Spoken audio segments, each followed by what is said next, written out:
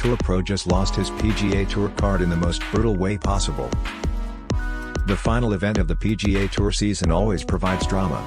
Securing a spot in the top 125 on the FedEx Cup standings can be career-changing. If you manage to stay in the top 125 after the Wyndham Championship, you not only lock up your card for next season, but you guarantee a spot in the first playoff event, and the FedEx Cup bonus money that comes with it. Ricky Fowler's playoff rally, likely, comes up short. Tom Kim chugs toward history, and a blast from a past champ. Unfortunately for Austin Smotherman, we can't remember a player falling outside the top 125 in a more brutal fashion than what happened to him on Saturday morning. Smotherman entered Wyndham right on the bubble, sitting at exactly 125th in the FedEx Cup eligibility standings.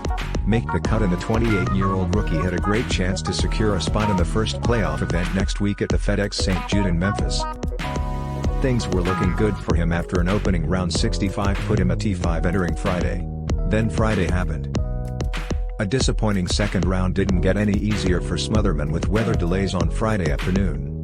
He was one of just a few players who had to return to Sedgefield Country Club on Saturday morning to finish his second round. He had a 13-foot birdie look on the 8th hole, his 17th, that he had hours and hours to review in his mind. He lipped it out. Another PGA Tour pro is deep in the doghouse after commenting on his wife's outfit.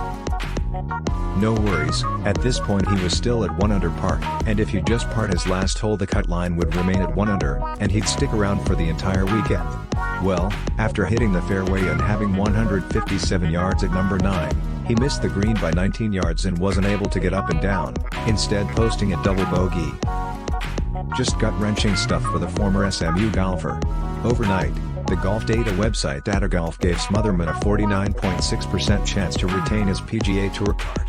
Now his probability of keeping it is 6.7%. PGA Tour projections have him dropping to number 129 on the eligibility points list just prior to the start of the third round. Brutal stuff.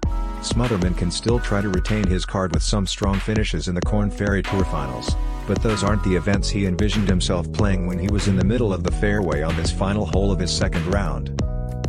What's more, Smotherman also affected the weekend plans of a ton of players. With 64 players in at 2 under, Smotherman had the chance to move the cut line to 2 under if he had birdied one of his final 2 holes.